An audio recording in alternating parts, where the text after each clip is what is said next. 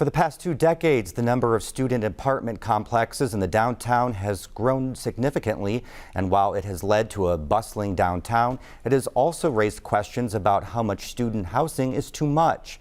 As part of our City Limits project, Pat Bean explores how we got to where we are. At the corner of 11th and College, a crane is lifting a worker up to a second-story window as construction crews race to finish one of the latest apartment buildings going up downtown. The 3-story structure, called the Bentley, will have 34 units and is scheduled to open in August, just in time for the start of Indiana University's fall classes.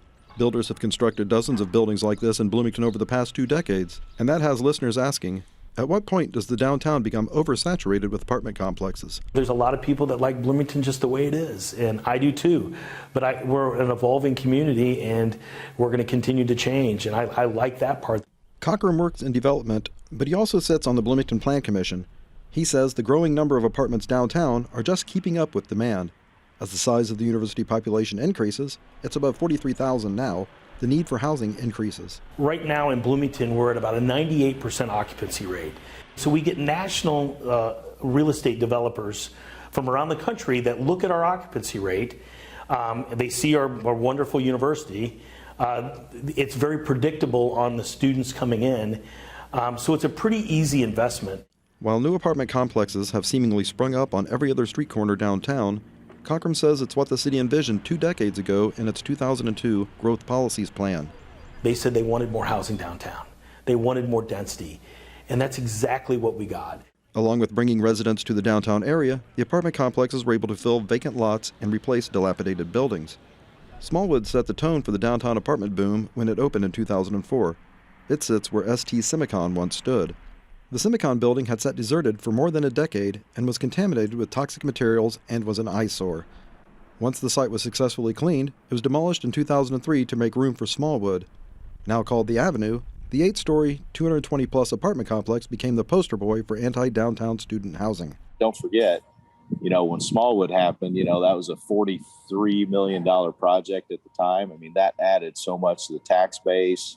The city was able to capture that money and spend it on improvements in the downtown. Still, Cockrum says Smallwood would have a hard time getting built today. I doubt we'd ever approve another Smallwood, but that was, they took a chance early on in the development of our downtown, and they cleaned up a site that really needed to be cleaned up. All of the apartment complexes have taken a toll on the Bloomington skyline. Some constituents have told me, I don't like it anymore because you drive down College or Walnut, and you get this kind of canyon effect and less sunshine, and it doesn't feel like Bloomington anymore. But the tides are shifting. In the city's 2018 comprehensive plan, which replaced the 2002 Growth Policies Plan, there's a push for more affordable housing and senior-oriented complexes in the downtown mix. And one of the things that we stated in the new one is we don't want as much, student housing. We want more diverse housing in the downtown.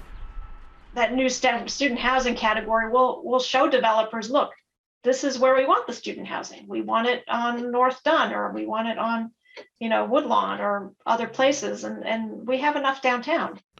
But Piedmont Smith says having students living downtown is preferable to having no one living there, which was the case decades ago.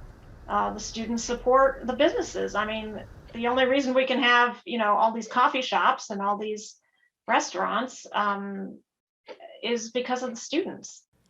Cockrum says there's always been some pushback against student housing in the city. He tells of a local developer in the 1960s who would come into his office to talk shop. I asked him, I said, what were the challenges and what did people say back in 1968? He said, Bloomington would come to me and say, Bloomington doesn't need any more student housing. He said, we don't need that. And so he got so much pushback. And Cockrum says that's the same argument the city continues to have today. For Indiana News Desk, I'm Pat Bean.